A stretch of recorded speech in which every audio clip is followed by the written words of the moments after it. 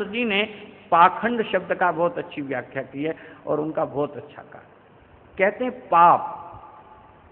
पाप खंड खंड हो जाए, जैसे मिश्री है, आप उसे खंड खंड कर दें और खंड खंड करके सबको एक एक टुकड़ा दे दिया जाए तो सबके अंदर चलेगी मिश्री। तो मुझे बहुत अच्छा लगा कि पाखंड का मतलब होता है कि वो पाप खंड खंड होकर सबके अंदर प्रविष्ट हो गया, यानी सभी पापी हो गए, सभी पाखंडी। तो महाराज में गुजरात में कहीं में जी वहां पाखंड बहुत है। हमारे गुरु भाई थे, हुआ करते थे, ये शायद जानते हैं, बाबा संगम दास जी। एक हमारे गुरु भाई हुआ करते थे बजरंग दास जी महाराज, वो गुजरात में रहा करते थे। और एक हमारे गुरु भाई, और मुझे नाम उनका स्मरण वैसे जिह्वा पर है पर आ नहीं, शब्द नहीं आ रहे हैं, पंचम दास जी हमारे गुरु भाई थे। तो वो बोलने में बड़े होशियार, अपने गुरु भाई गुरु, जब वो गुजरात से आते थे तो वो कहा करते, हाँ बापू जाए छे, यानी बापू जा रहा है। कैम करे छे बापू, हूँ करे छे। तो बोले महाराज आप नहीं जानते इनको कैसे बापू? बोले कैसे हैं? कि बोले भक्तों से बाहर कहेगा हूँ घास खाऊं छू। हाँ कहाँ गया? वो है हेमू, वो एकदम घास खाऊं छू, हूँ घास खाऊं छू। और लोग गुजरात के लोग बड़े प्रभावित होते, बापू घास खाता है और घास खा के जीवन, वो कहे छे दुर्वासा घास खाए छे, दूबना रस पिए छे ना कुछ दुर्वासा, ऐसे दूरवाहारी दुर्वासा की, तो ये दूब खाते हैं बाबा जी।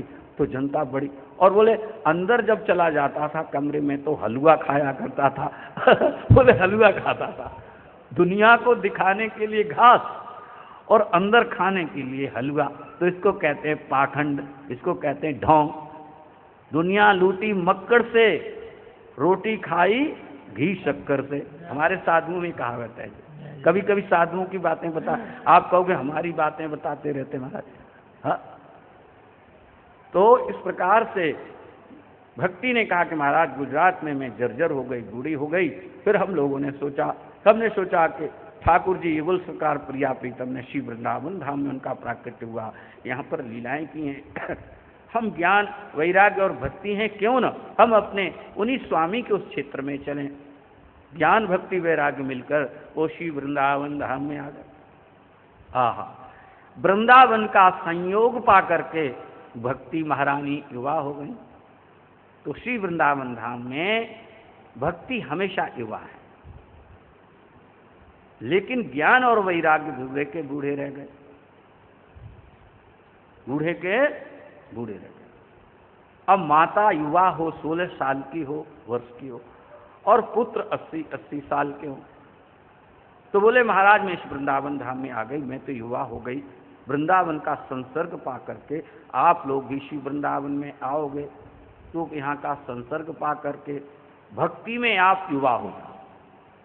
प्रभु श्री राम का ये शब्द है, शबरी को प्रभु श्री राम ने भामिनी शब्द प्रयोग किया, सुनो भामिनी बात। और भामिनी शब्द किसके लिए प्रयोग किया जाता है?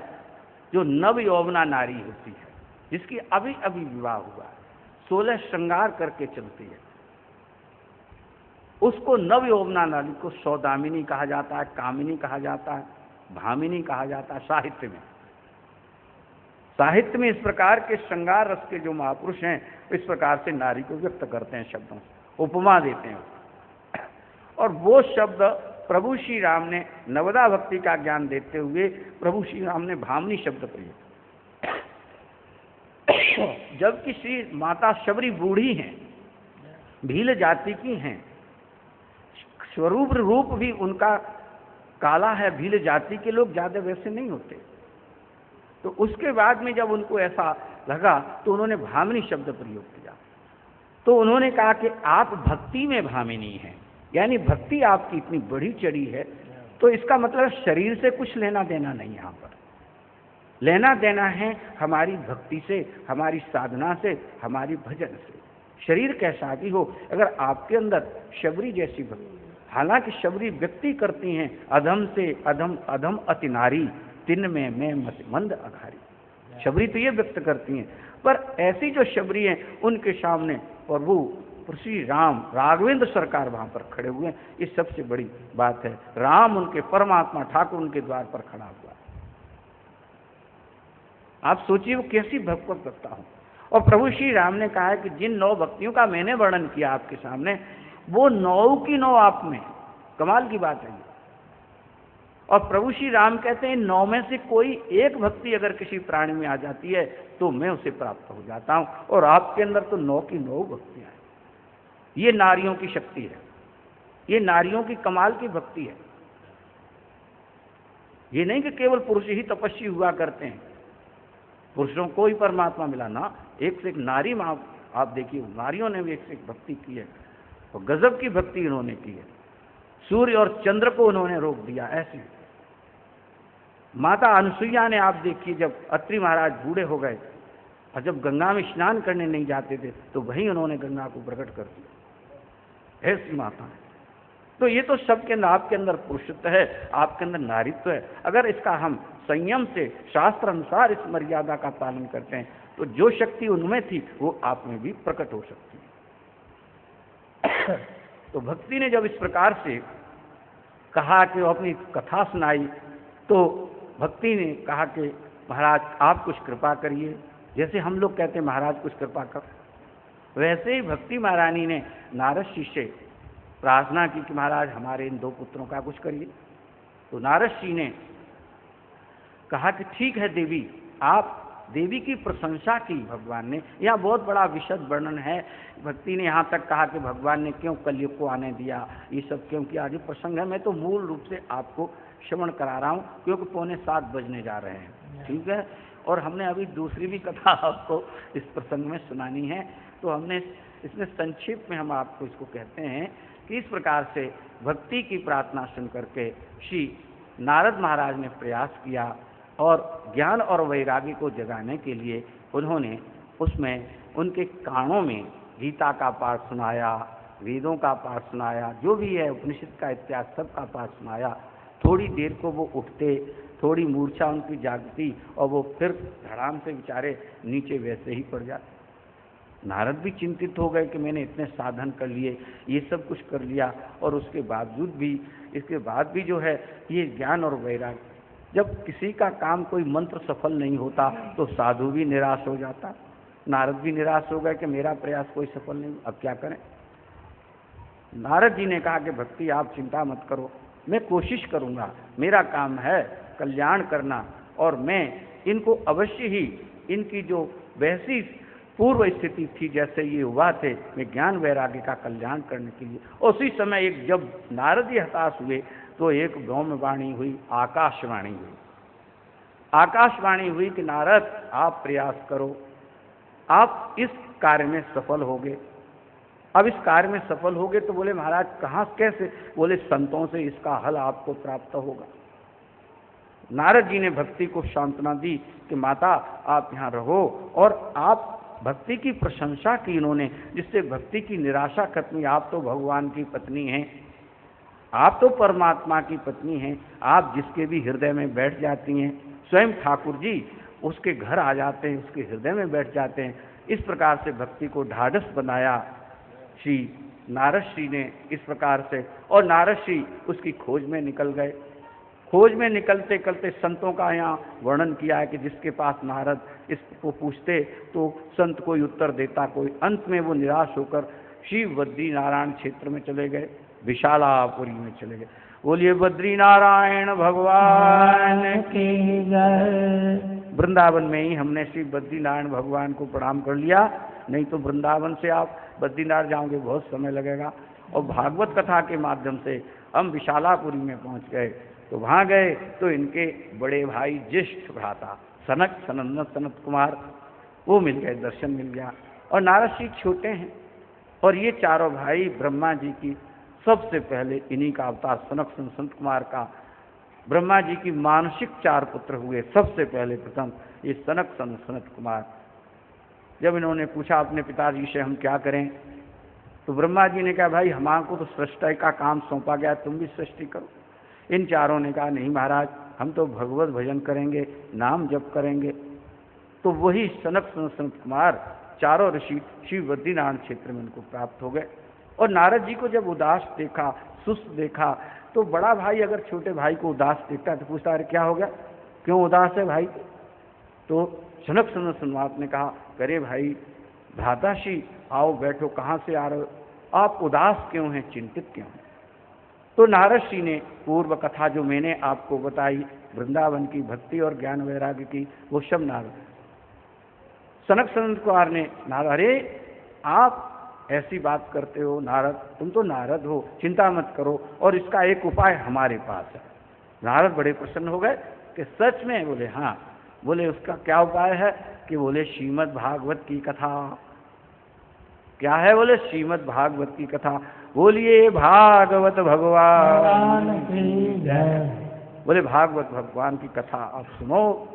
तो इससे कल तो नारद को शंका हुई कि महाराज मैंने वेदों को सुनाया, गीता को सुनाया, इन सबको सुनाया, तो क्या भागवत उनसे भी ऊंची है?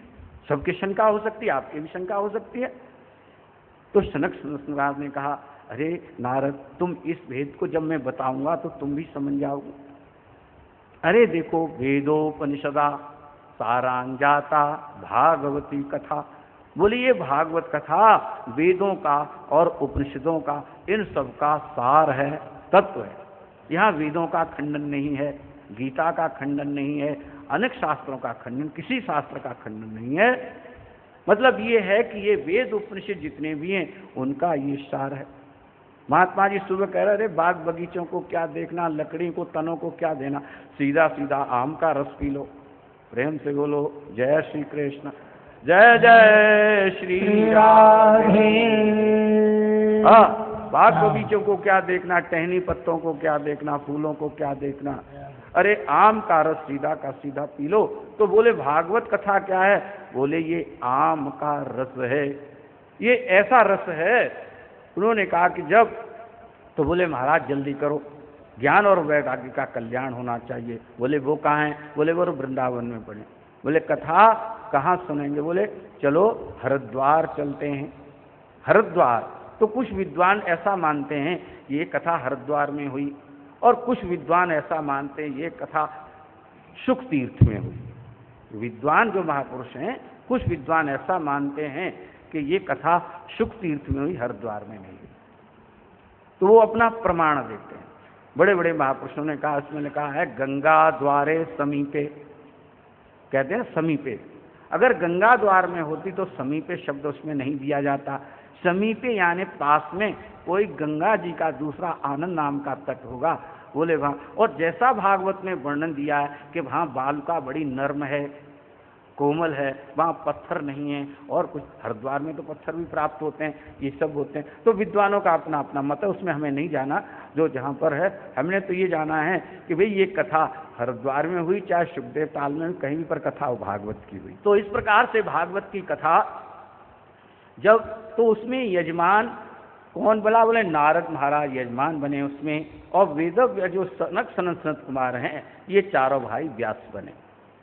जब ये लोग व्यास बने वहाँ पर, और इससे एक बहुत सुंदर संदेश आता है कि यही नहीं कि केवल गृहस्थ ही यजमान बने, गृहस्थ तो यजमान बनते ही हैं, अगर साधु भी इसमें यजमान बन सकता है। किसी साधु को अपने आश्रम में जैसे कथा करानी होती है तो वो ये संकोच न करे कि मैं यजमान बनूंगा तो लोग क्या कहेंगे, ऐसा भाव मन में नहीं रखना चाहिए। नारद इत्यादि से हमें सीख लेनी चाहिए कि नारद जैसे परम विरक्त संत, ऐसे ब्रह्मज्ञानी जिन्होंने, भगवान ने जिनको वीणा दी हुई है, देवदत्ता में माम वीणा, जिन पर निरंतर कीर्तन करते हैं, ऐसे वेदव्यास की भगवान जो नारद हैं वो भी भक्ति ज्ञान और वैराग्य का कल्याण करने के लिए यजमान बनने को तैयार हो। संत बड़े परमार्थी भेष धरें अवधूत, राम नाम की माला जपे भाग जाएं अमदूत। ऐसे महापुरुष कहा करते हैं। संत बड़े परमार्थी शीतल जिनके अंग, तपन बुझावें और की देकर अपना संग है। साधु माई बाप हैं, साधु भाई बंध, साधु माई बाप हैं, साधु भाई बंध, संत मिलावे राम से काटे यम के फंद।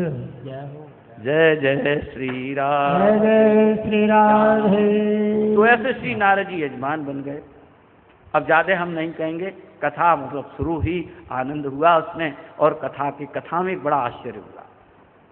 आश्चर्य ये हुआ कि जो ज्ञान और वैराग्य जो वृंदावन में बूढ़े पड़े हुए थे, भक्ति तो युवा थी, और उस कथा में जब कथा हुई तो कथा के जो श्लोक हैं और श्लोकों के जो अर्थ हैं और अर्थ की जब व्याख्या सनक सनत कुमार ने की, जैसे आपके हृदय में हम सुना रहे हैं और आपके हृदय में परमात्मा का प्रेम जैसे अंदर से प्रकट हो रहा है, भक्ति ज्ञान वैराग आपके हृदय में प्रकट हो रहा है, वैसे ही सबके हृदय में वहाँ जितने श्रोता थे, ऋषि मुनि जितने भी गंगा के उस पाठ पर बैठे के सनक सनत कुमार कथा कर रहे थे, वो प्रचारित प्रसिद्ध थे, सब देव इसमें नाम दिया है ऋषियों के, सबके सब वहाँ पर आए, प्रकट हो गए।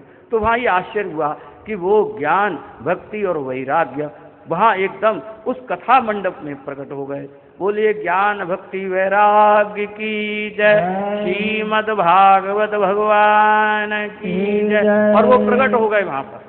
सारे श्रोताओं ने देखा, अरे ये कहाँ से आए, ये कहाँ से आए, ये कौन है। अचानक कोई यहाँ पर आकर प्रकट हो जाए तब कहेंगे कौन है, जिज्ञासा हो जाए। लोगों ने पूछा ये कौन है और ये कहाँ से आए, तो कुछ लोगों ने बताया कि अरे भाई ये भक्ति ज्ञान और वैराग्य हैं, और ये कथा के श्लोक जो हैं, कथा के जो व्याख्या की गई, अर्थ किया गया, उन्हीं से ये प्रकट हो गए यहाँ।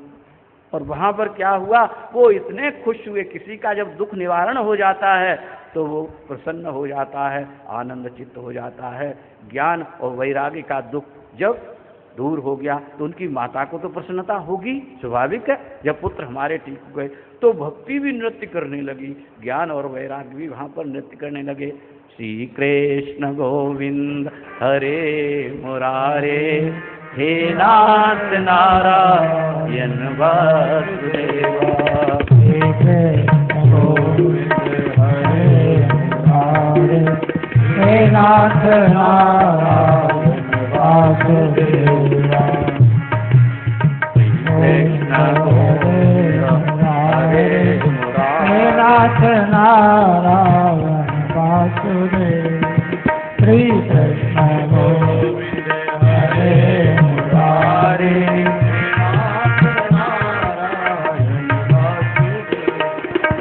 हे नाथ नारायण वासुदेवा।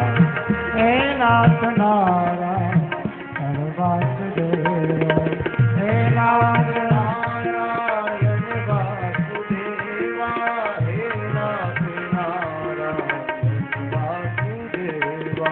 हे कृष्ण गोविंद हरे मुरारे, हे नाथ नारायण वासुदेवा। बोलिए श्री वृंदावन बिहारी लाल की जय। ज्ञान और वैराग्य वहाँ पर जब इस प्रकार से प्रकट हुए, खूब नृत्य हुआ और बड़ा आनंद हुआ लोगों को। तब ज्ञान और वैराग्य ने, भक्ति ने पूछा ऋषियों से कि महाराज आपकी कृपा से हमारा कल्याण हो गया, अब संतों की कृपा से सबका कल्याण हो जाता है। ये कथा प्रमाण है हमारा। श्रीमद् भागवत सनक सनत कुमार और नारद का जो चरित्र है, ये संतों के इससे प्रमाणित हो जाता है कि संतन के संग लागरे तेरी नीकी बनेगी। तो संतों के साथ ज्ञान भक्ति और वैराग्य जब नारद के साथ लगे उनका, तो उन्होंने बोले महाराज हम कहाँ रहें। तो सनक सनत कुमार नारद ने कहा कि तुम सब भक्तों के हृदय में ही निवास करो। आप सबके हृदय में, उन्होंने कहा कि जाओ तुम भक्तों के हृदय में निवास करो। तो आप सबके हृदय में ऐसा आशीर्वाद दे दिया संतों ने, और ज्ञान भक्ति वैराग्य हम सबके हृदय में आकर वो विराजमान हो गए। और इस प्रकार से भक्ति ज्ञान और वैराग्य का कल्याण हुआ। दूसरा इसमें महात्म धुंधकारी और उसका आता है आत्मदेव ब्राह्मण का। इसकी कथा आप सब जानते हैं। इसमें हम इतना ही कहेंगे कि आत्मदेव और कोई नहीं, हम ही सब आत्मदेव हैं, क्योंकि हमारे सब के अंदर वही आत्मा बैठा हुआ है, उसी को आत्मदेव कहा जाता है। इसीलिए हम सब आत्मदेव हैं।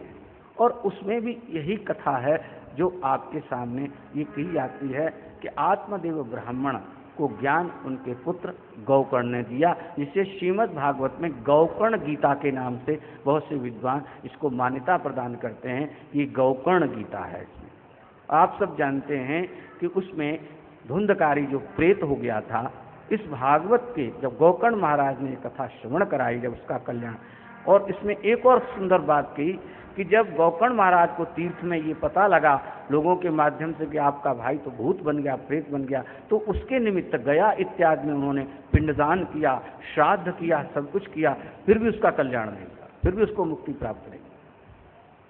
फिर वो अपने गांव जब आए, जिस घर में जो उनका घर था, रात को भजन कर रहे थे,